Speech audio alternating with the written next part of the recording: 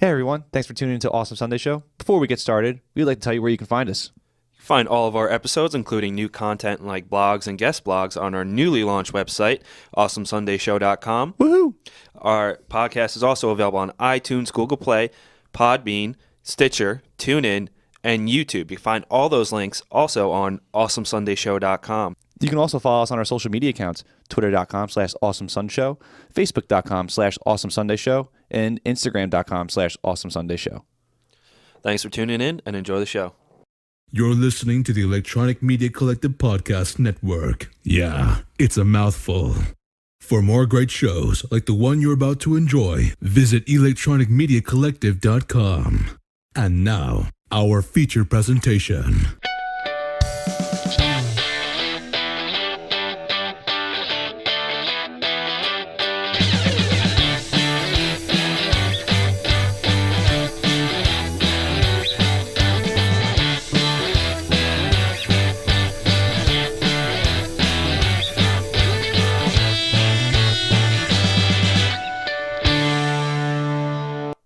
Hey everybody, welcome to Awesome Sunday Show. Connor here. And Pat as well. Pat, how you doing? I'm doing all right. How you doing? Can't complain. Had a nice day at work. 8-hour shift. Took a nap after. Now I'm ready to record. Cool. Me too. Cool. Like hearing that. Before we get started though, we would like to share something with you folks, wouldn't we? Yeah, we would. We got sponsored. And not the fake sponsorships that we used to make up, making fun of our friends. A particular friend. A particular friend, for sure. We got real ones. Yeah, we're not kidding. No, surprisingly, which is pretty cool. Yeah. Not going to lie. For instance, today's show is brought to you by Vinyl Me Please. You can join their Record of the Month Club at joinvmp.com/awesome. Vinyl Me Please is a Record of the Month club, the best record club, in fact. Every month, they feature one album that is essential to the modern vinyl collection, and it's sent to thousands of members worldwide, right to your doorstep. Each box includes an exclusive pressing that you can't get anywhere else. Also includes an original 12x12 album-inspired art print and a paired cocktail recipe to sweeten the deal, so you can have a nice little cocktail while you're, listening to these excellent albums. That sounds awesome. You know what sounds a really good pairing is a White Russian with the Eagles, because the dude hated the Eagles. Yeah, but you don't want to piss off the dude. Nah. But what's in the box? You get the special edition vinyl record. They're not messing around with the special edition stuff. You can also get stuff you can't get anywhere else. Talking about colored vinyl, custom lyric books, exclusive artwork, personal notes from the artist, and much, much more. The membership is flexible and easy. They work for you. There's no contract, no strings, no guilt trips, and you can really cancel at any time. No hidden fees. You've been seeing these commercials about hidden fees. Hidden fees are the worst. Vinyl Me Please does not give you any hidden fees, and they have the best customer service to make sure you get the answers and help you need as soon as possible. Again, you can sign up for this at joinvmp.com/awesome. Again, that's joinvmp.com/awesome. Connor, I think you have some news too. Yeah, I actually have some great news, especially for some of our gamer friends. Today's show is also brought to you by Gamefly.com, a premium free 30-day trial specifically for the viewers. Just follow the URL at gameflyoffer.com/awesome. Games are shipped directly to you, including a pre-addressed envelope for a nice and easy return. Remember, there are no contracts, and you can cancel anytime. You can have multiple games, movies rented out at the same time as well, based on your membership. Rent games online through the mobile app as well, whether you're at home or on the go. Rentals ship and arrive on actual game release dates too, which is really nice and convenient, which means, Pat, you can not stand outside for midnight releases out in the cold, which I'm going to be standing outside for the midnight release of Nintendo Switch, but whatever. And the best part about it is there's no due dates, so you can literally keep the game as long as you want for the monthly service. The popular GameFly membership plans are a one-disc plan for $15.95 a month or a two-disc plan for $22.95 a month. GameFly has over 8,000 games and movies, including new releases as well as the classics. Games available on current generation consoles all the way back to PS2, GameCube, and Xbox. Remember, if you want to sign up for a trial membership, go to gameflyoffer.com/awesome. Great. Thank you very much to Vinyl Me Please and Gamefly for sponsoring today's episodes, our first two sponsors, and that we are very thankful for that. Guys, make sure you check out those offers. Those are some great offers, some great sites, some great companies. Definitely check them out.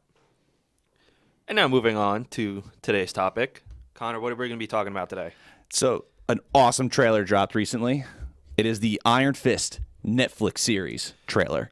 That's right, the last member of the Defenders until we get to the Defenders Team Up series. They even advertise it in the trailer. Yeah, they even advertise it in the trailer.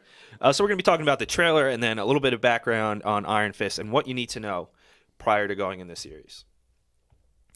So if you haven't seen the trailer, totally should. Great trailer. Got me really hyped for it. Starts off with Danny Rand walking barefoot down the streets of New York, which is disgusting.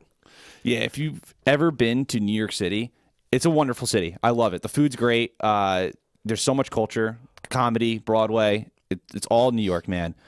But don't ever walk barefoot on the sidewalk. Yeah, you really don't want to do that to begin with, but especially like a big city like New York, it's not pretty.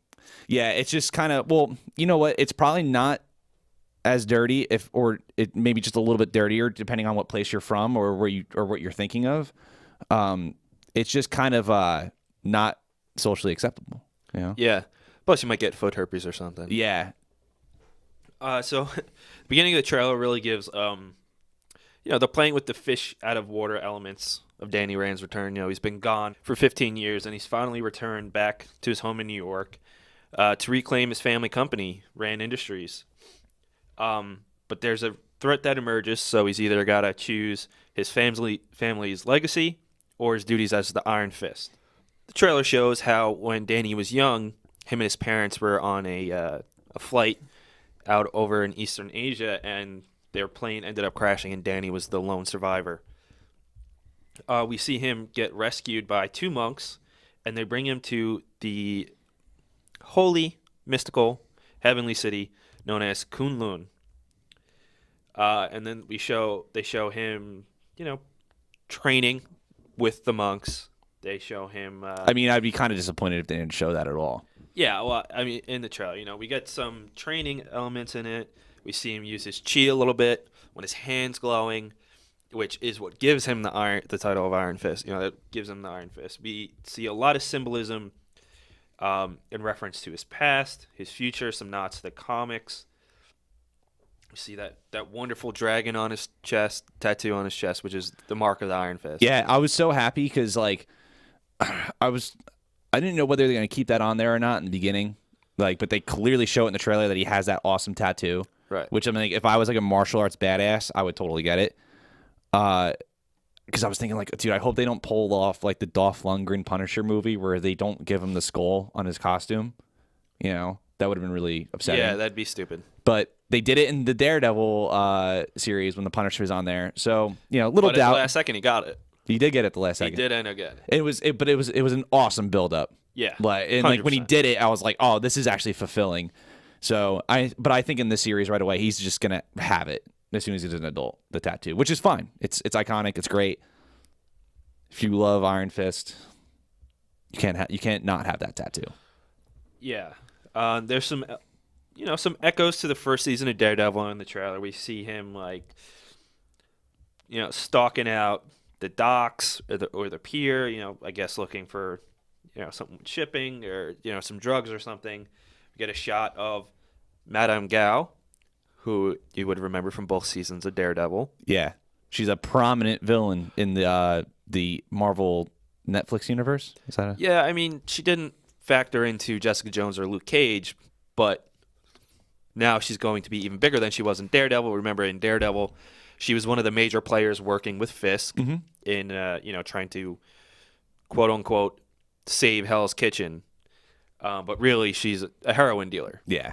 And that scene in the first season of Daredevil where you see all the blind people just packaging the heroin is Yeah. scary. So Spoilers, but it's also been out for we're 2 led years. to believe that she's going to be one of the main villains. Not necessarily the main villain. We don't know for sure who the main one is. We don't know if it's going to be her. We don't know if it's going to be Danny's dad's former partner, Harold Meacham, who in the comics had the Rand's plane sabotaged so he can have full control over the company and Right. get himself even richer.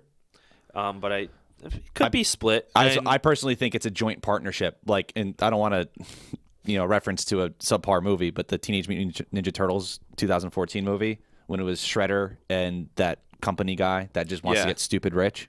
Yeah. Great line. Could be that. But this would probably be a lot better. I hope so. Also, speculation that the Hand will somehow be involved. The Hand being that evil ninja organization that Daredevil had to fight in the back half of Daredevil Season 2. And who also presumably be a big part of the Defenders series.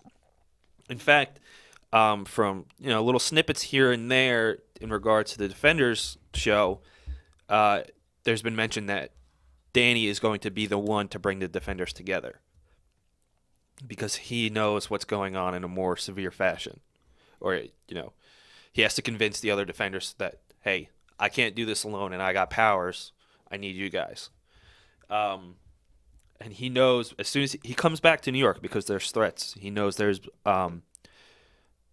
his company and the city have been infiltrated, so he feels he has to step up. He has an obligation to do it. He's got to protect this city. Getting back to Madame Gao real quick, I saw a couple after watching the trailer. I looked up some commentary on it, some breakdown and stuff, and I saw one bit of theory that was kind of interesting, and it's that Madame Gao could potentially be the Crane Mother from the Immortal Iron Fist comics, and Crane Mother was the ruler of Kunzi, which is one of the legendary cities of heaven, much like Kun Lao, and she's an enemy of Iron Fist. So there's speculation, not a lot of it, but I only saw it from one site, that it could be her, and whether she's Madame Gao or the Crane Mother or both, I don't know. I guess we'll find out. There's also speculation that Davros will be in this, but I'm not sure about that. He was not announced. He's not in the cast list, the villain Davros. So we see him, going toe-to-toe with a little bit of fighting. We see some supporting characters such as Colleen Wing, who is apparently going to be also in the Defenders. Colleen Wing is a very skilled martial artist who will partner up with Danny in this series.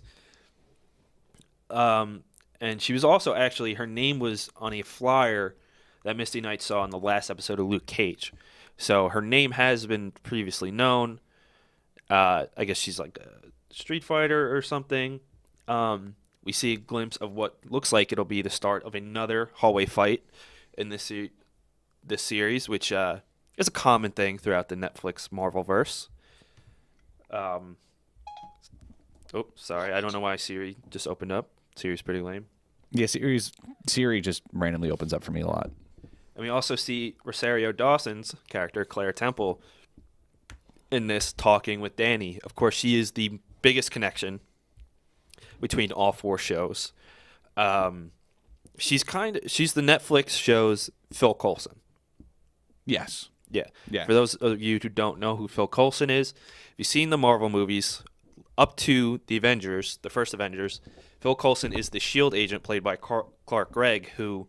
Wonderfully played by Clark Gregg. Wonderfully played. And he's still playing him on Agents of S.H.I.E.L.D., which I know a lot of people gave up in the first half of Season 1. Trust me, second half of Season 1 and beyond, it gets excellent. Yeah. I just have such a backlog of everything. That's really why I haven't gotten to it. But he was a common connection between each of the Marvel movies leading up to Avengers. And his untimely death at the hands of Loki's scepter. But he was a main factor that brought all of these heroes together. Aside from Nick Fury himself, But that's what Rosario Dawson is, except she's really a nurse. She's not a high-level S.H.I.E.L.D. agent. But she is like the common thing you could find throughout it. So this is going to take place after the events of Luke Cage. Other supporting characters we're going to see is, like I said, Harold Meacham, Danny's father's business partner at the time of her death, who probably, most likely, orchestrated, the plane crash by damaging the plane. Carrie-Anne Moss is going to revisit her character Jerry Hogarth, who you remember as the lawyer in Jessica Jones. Yes. And then we got Louis Tan as Zhu Chang, who is a servant of Qian Lin, and he's tasked with killing every iteration of the Iron Fist. Because Danny Rand's not the only one. It's a legacy passed down from hero to hero of someone who has earned the right to be the Iron Fist, someone who is deserving of it. Because it's a title. Yes, it's a title, and it comes with the powers. And now, let's talk a little bit about how Danny Rand's powers work. So through the gift of the Iron Fist, he is able to augment his chi through concentration and can harness this chi to make himself stronger, make himself smarter. He's able to use it for the Iron Fist punch, which is a heavily strong punch.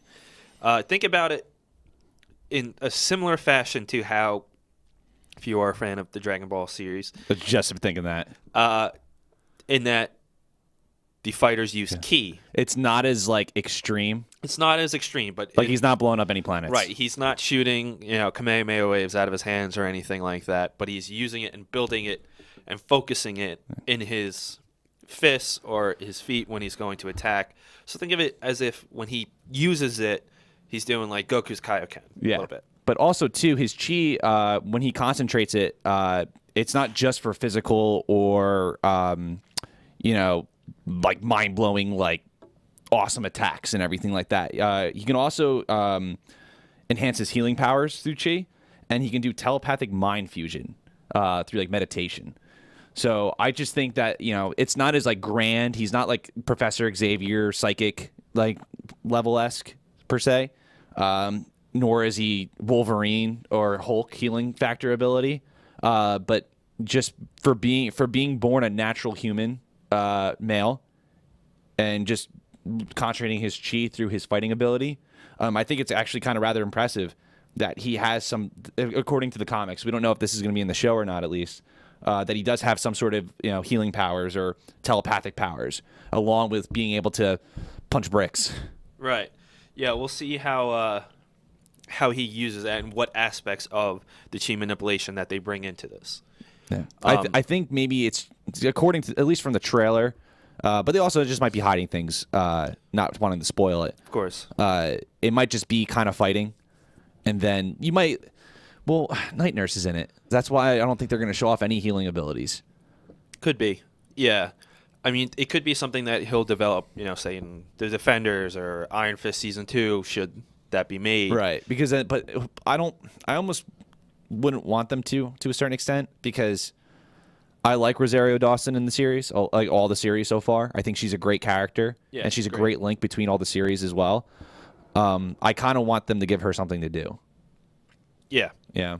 Well, in Luke Cage, she got more involved instead of just... Well, and Daredevil Season 2, instead of just like... they never got using coffee. They did never get coffee. That was Okay. so annoying. She got more involved in what was going on other than, trying to fix somebody's wounds. By the way, coffee is sex. Yes, in Luke Cage, that was the major reference. It was a, nice little... whatever. Sidestepping the word. It's a great Tinder opener. Yeah. Speaking of Luke Cage, Iron Fist is very well known for being Luke Cage's partner in the Heroes for Hire. Yeah, which is a great title. It is. Great title because obviously they only work for money. But they're not bad guys. But they're not bad guys. They're good guys, but they need money before they do any good. They're kind of like the Expendables. Or they need Except money way cooler. after doing something good. Yeah. Although I do like the Expendables movies. So I want to see, once we get to Defenders, how Iron Fist and Luke Cage are going to how their relationship's going to begin, what it's going to be like, if it's going to be anything like in the comics or anything. There's a lot of history to both of them. There's a lot of history to Iron Fist that they could really go with here. Yeah, I don't know. We don't know exactly what direction they're going in. We will find out. But also in the comics too, let's not forget that while yes, Iron Fist is famously in the Defenders, he also been a big part of the Avengers as well, especially later on. The new Avengers, technically. I mean, how many new Avengers have there been? Not comic series wise, but just in general. So, I kind of also think, even though there's really no I think any future plans for the television universe and the MCU to kind of like form together. But a lot of these heroes that we're seeing in the Defenders have been prominent members of the Avengers. So there's some hope. You never know. Like, the fans obviously want the TV and movies to cross over because, Kevin Feige says they're part of one universe. They're all in the same universe, but the movies do not acknowledge the shows at all, which is a real bummer. But the shows constantly reference the movies and events like that. Yeah. Especially Agents of S.H.I.E.L.D. because Agents of S.H.I.E.L.D. is, they filmed 10 months. They got 22, 23 episodes, and including their breaks and if they get the scripts for movies ahead of time, they're able to write in. Now that Marvel's going to be doing 3 movies a year, they could, write in material, effects of those movies onto the show, all 3 movies, or however they want to do it. Right. So they have a quick turnaround in that regard, but they just keep making excuses for why the TV shows don't get referenced. I think it's just something they have planned. I think it's. I also think it's just they're waiting for a successful turnout with how this all pans out together, because the Defenders was up in the air. A lot of people, I think, the Iron forget that. Fist show was people. There was. Oh yeah, that Iron Fist was also up in the air too. Was also up in the air that they thought they were just going to turn it into a Netflix movie because they don't know if people would want to watch a 13-episode show about this mystical power force, this mystical fighter character. So it was almost turned into a Netflix movie supposedly, but then they decided to thankfully keep it a series. Maybe it could be with however the Defenders turned out, that could change things. But I think it's more of a result of the divide between the TV departments and the movie departments of Marvel. Because as we know, Kevin Feige famously was able to successfully get himself out from under the control of this of Ike Perlmutter, who is the CEO of Marvel, because he had to answer to him in regards to the movie universe. It was almost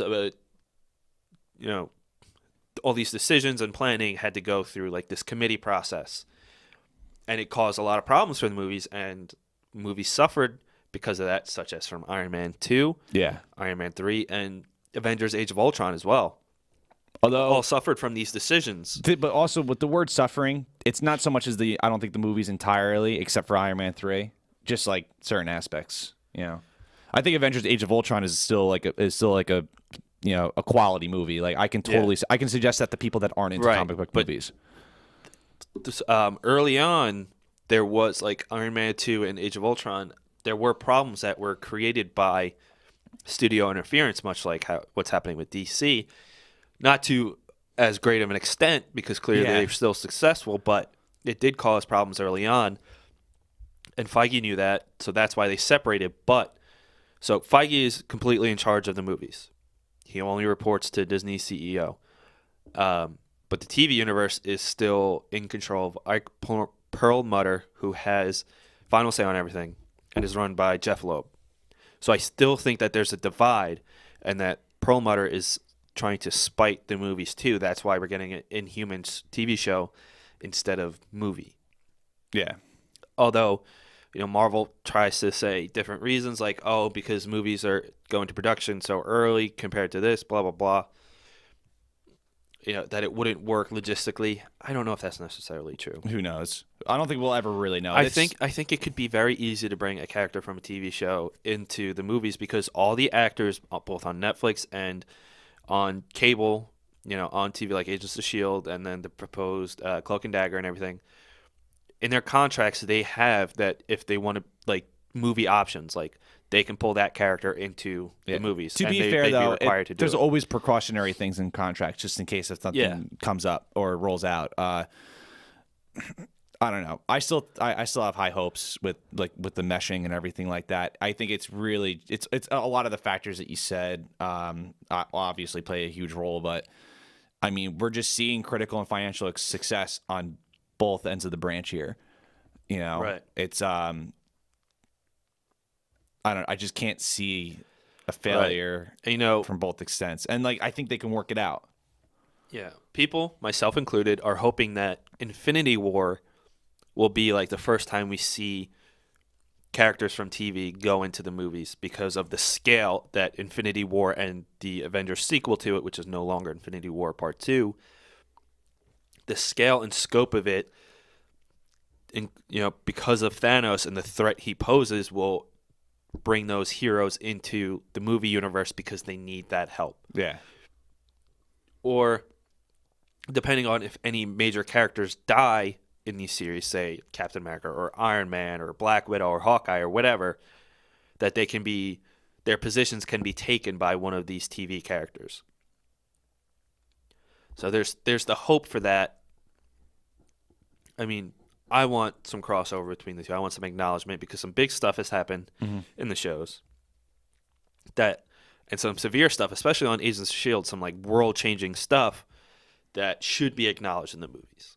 Right. That just hasn't been, disappointingly. Well, I mean, the way I like to think about the movies and television shows is that like they're almost legitimately like comic series. Like, how many people have we talked to? They're like, yeah, dude, like I'm super into Daredevil and Luke Cage, but I just can't get into Jessica Jones. Or I love the Captain America movies, but I just don't want to check out the Thor movies. And that's kind of like how we read comic books. Like, people can tell me like tooth and nail, like, you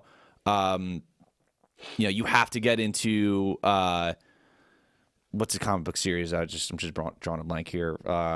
As much as I love Green Arrow, it's like, dude, you got to read more Green Arrow. It's like, well, I got like a bunch of comics I'm reading now. Like, I just can't get into it. So like, it's really at that level right now.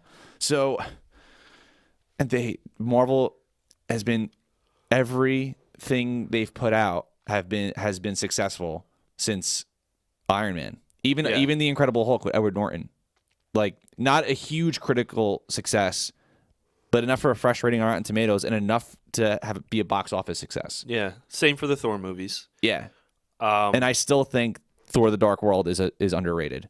I think it's certainly better than the first one, but they're still the Incredible Hulk and the two Thor movies are still like the bottom barrel. Well, and Iron Man 2. Iron Man 2 and 3 are, those are literally the bottom because they two is funny. Yeah, but it was a definitely disappointment. Yeah, and then and 3, we just don't talk about that. Yeah. All right, let's get back to Iron Fist. So Iron Fist is not only like in the comics, it's had a long history. We went over that. What I like about Iron Fist, though, is that he shares villains just like a lot of other Marvel superheroes. He shares villains with many of the other heroes. Some just reading off right now. One is Mysterio, Spider-Man. Great character. Great character. Underrated villain.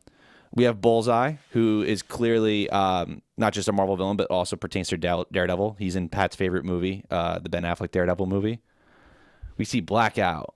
We see, I'm just reading off a list here. Venom, apparently. I'd never seen Iron Fist fight Venom in the comics whatsoever. Super Skrull, Constrictor.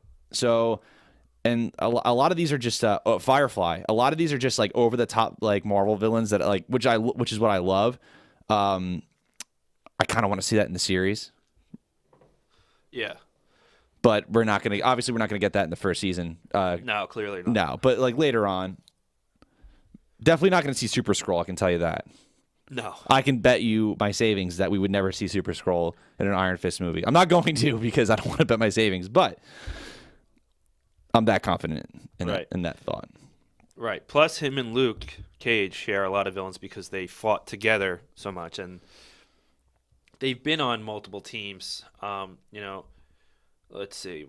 He was on, like you said, the New Avengers. He was in the Avengers, the Defenders. He was also in the Thunderbolts, which was started off as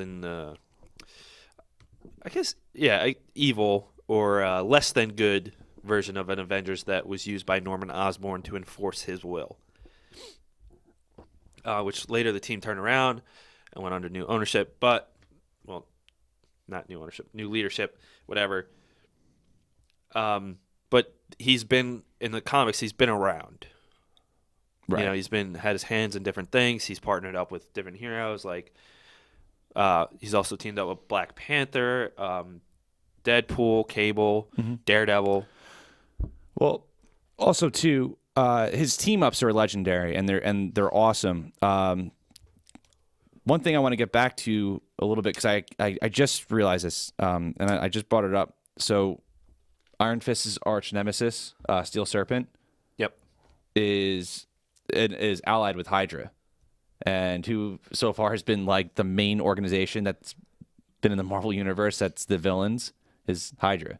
Yeah. And also too, like I don't think we're gonna get him in the first season, but I think this is definitely a more reasonable villain to bring in later on in the series. Steel Serpent for sure. It's like that's who I mentioned with Davos before. That's his name. But it's very much like just the evil version of Iron Fist. Similar power set, similar skills, may vary in strength level, but it's more or less the same thing. Like, just an evil Iron Fist. Except the Steel Serpent symbol that we see on the Steel Serpent, the symbol is the same logo that's on Madame Gao's heroin packets. So that's why a lot of people are speculating that he could be in this season, and whether he could or he will be in the future. And that's what makes people think that maybe Madame Gao is the Crane Mother, or she is involved with that sort of. And to go back to a previous Marvel Netflix series, Luke Cage, as much as I really love that series, the biggest problem was the fact that they had two villains, and they split them up. And one was way worse than the other. Yeah. Well, I don't think way worse, but that's just a varied opinion. I could see why you think he's way worse. I would rather them have the focus as Daniel Rand's father's partner and Madame Gao as the villains. Just concentrate on them. Yeah, well, I mean, if they bring in Steel Serpent this season, he could be just, like The tease. Well, a tease or like the muscle. He works for them. Nah, I don't, He's not like the main guy or anything. He's works for them. He's the hired hand. Yeah, I think maybe he's not as big, but he is the arch enemy of Iron Fist. I would like for him to get his own season. Right. Yeah, you're right. You never know. He could like pop up in an episode or two and then be gone, and then be in the waiting for the next season. There's a whole number of ways they can introduce it, but who knows? They do have a lot of characters that they can play with. It depends on what they want to focus on. Yeah. Who the main villain actually is. If there's a partnership, if there's one hand controlling a couple minions. Yeah, that's left to be seen, really. Yeah, and that also includes the hand. Yeah.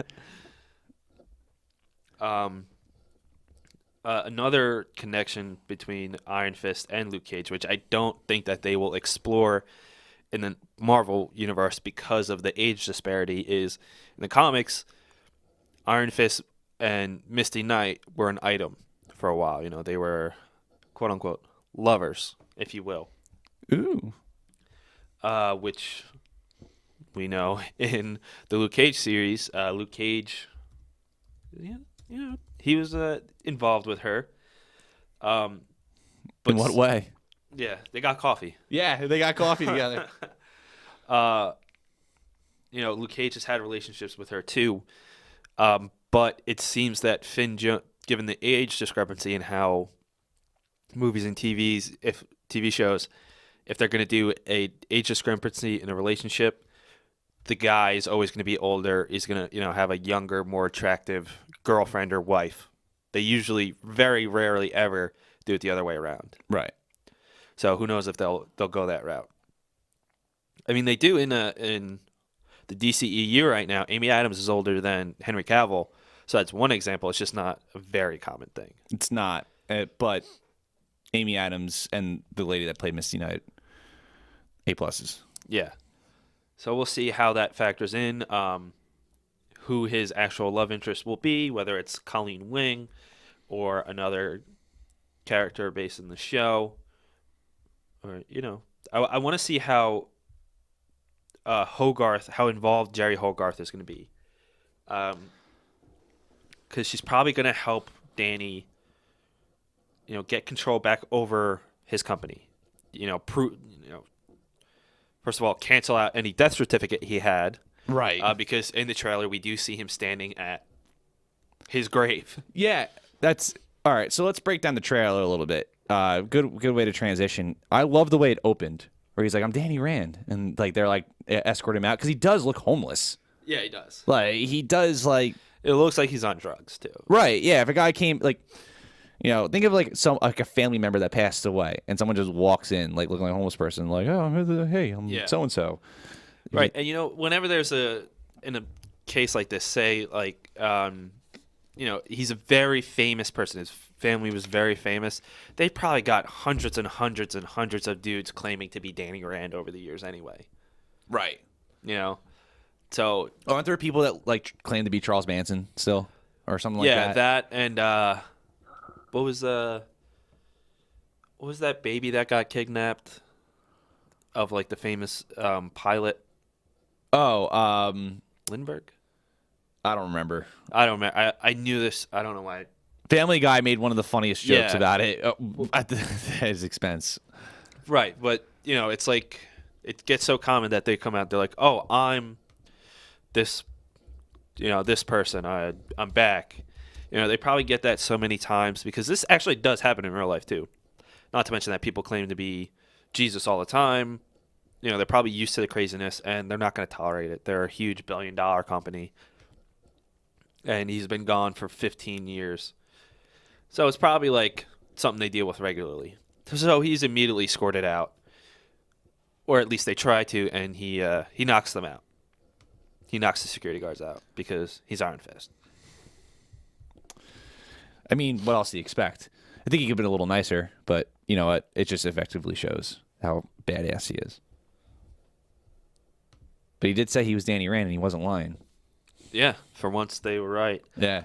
Um, The crazy's right. yeah, and Hogarth being on the show is going to be another connection to another Marvel show, Jessica Jones, which is good. So they're seeding all these different connections to the shows outside of just Claire Temple, Rosario Dawson, which is good. Even though she will now appear on all 4 so far. You want more connections here and there for when she's not available or for when it doesn't make sense. Yeah, and it's just a stronger connection with more characters going over to different Right. television shows. Yeah, it allows for better crossover, especially when you have the Defenders coming up sometime between June and August, hopefully. I know it's going to be a summer release. The sooner the better. And it would make sense for Iron Fist to have more connections to the other shows. Maybe if Karen Page or Foggy showed up or something, because he's the last one leading into the Defender show. So he's going to need the connections. He's going to need to know how to get in contact with these people, how to get them, and how to get them to team up. Yeah, and and I can see her being the Bond as far. I mean, she says it in the trailer too. Like people, we need to find people with what did she say, extraordinary abilities, or did she just say abilities or something? Something like that, more or less the same. Yeah. So like, I think she's gonna be the glue. Yeah. I don't want them to go to I'll be mad if they kind of do this, but I understand it's also 13 episodes, so they got to write something in. In the Avengers, like they didn't get along, and then they did. Yeah. With like that old chestnut. I don't want them to retread that old ground with Defenders, or with Iron Fist in general. If they're going to lead into it. Well, I think that you can expect that because, Matt doesn't want help as Daredevil. He's very reluctant to do so. Jessica Jones, didn't want any part of any heroic acts and, is very much a lone wolf and like, get out of my shit. But her and Luke eventually, were able to work together, so they might have an easier time getting back together. When you break a bed together. Yeah. But at the same time, now that they've both been through a lot of their shit, they could be very different. They're all strong-headed. Luke is probably the most easygoing, but they have to break him out of jail. Yeah. So, you got Matt and Jessica are probably the two, most stubborn, strong-headed ones. They're definitely not going to click head first for sure. Because they're not going to want to do this. They'll be like, it's my city. I could do it if I want. And Jessica will be like, I don't know if I want to do that. Yeah. She's going to be the one that's going to. So I think you can expect that in The Defenders, which is only going to be 8 episodes, by the way. It is only going to be 8 episodes? Yeah. So I think, it'll happen. And then something will occur that brings them together, of course. Right. We just don't know what yet. So we just know Sigourney Weaver's the bad guy. And apparently, according to an interview with the showrunners, she's a creation of the show and not based off any comic book characters. They could just be saying that. They're probably just saying that. Yeah, remember when Rocksteady said that Arkham Knight was a completely original character? Just the name was. Yeah. And the suit. And like yeah. And how Benedict Cumberbatch wasn't Khan, and boom, he's Khan. Yeah. It could be that. Good old fakeroo. Yeah. To be fair, I defend J.J. Abrams on that blatant lie because, like, what else can you say? You don't want to spoil your movie. Right. Like, people give him too much shit for that. Yeah, that's fair. You're right about that. Yeah. I don't know what else we can cover without really just diving into like heavy spoilers. And we've been going at it for like an hour and 40 minutes, so I think this is a good place to end off. It's actually we're using logic, and for whatever reason, the logic it always shows 1 hour.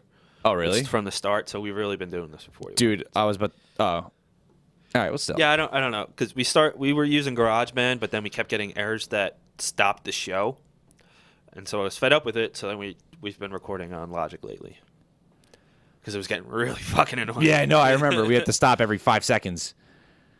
But yeah, Pat, do you have anything else you'd like to add, or any thoughts, or any aspirations for the show?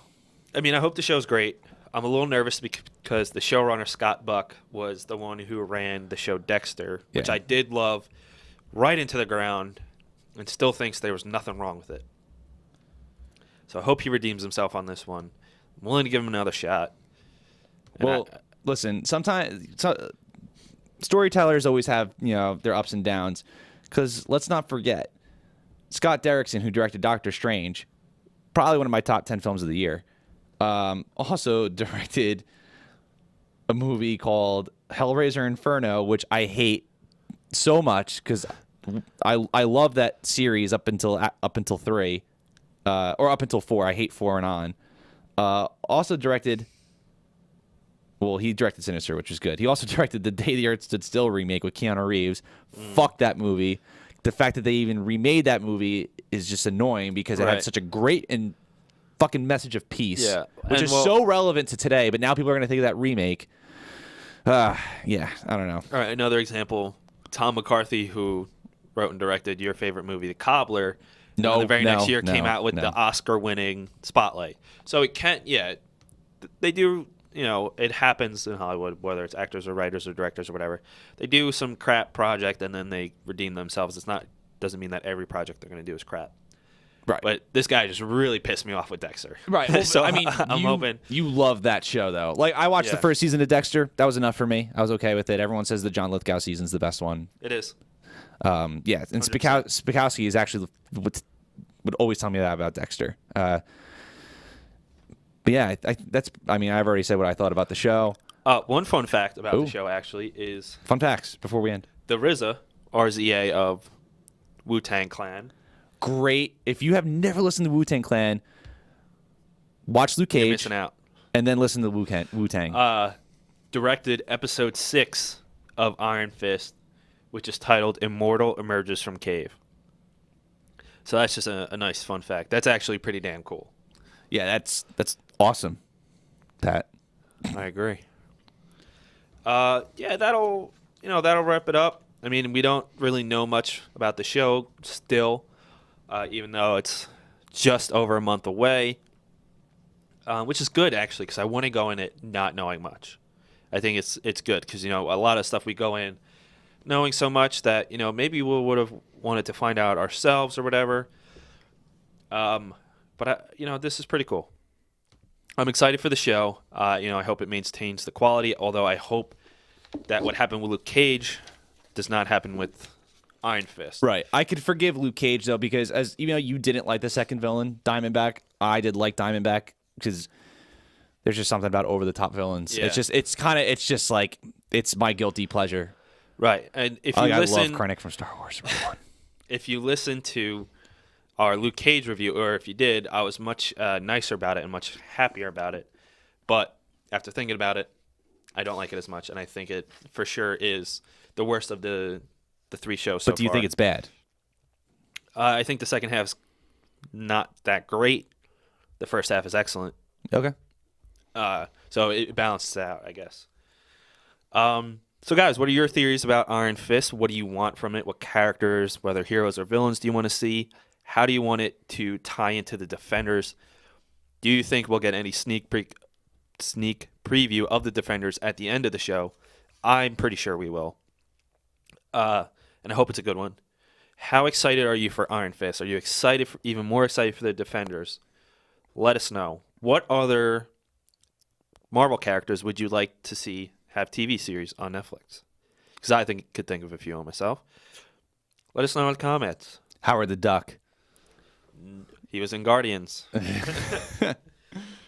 And thanks again to Vinyl Me Please for sponsoring today's show. You can join their Record of the Month Club at joinvmp.com/awesome. And also, don't forget about Gamefly.com's offer. Go over to gameflyoffer.com/awesome to get your free 30-day trial for one game. That is gameflyoffer.com/awesome.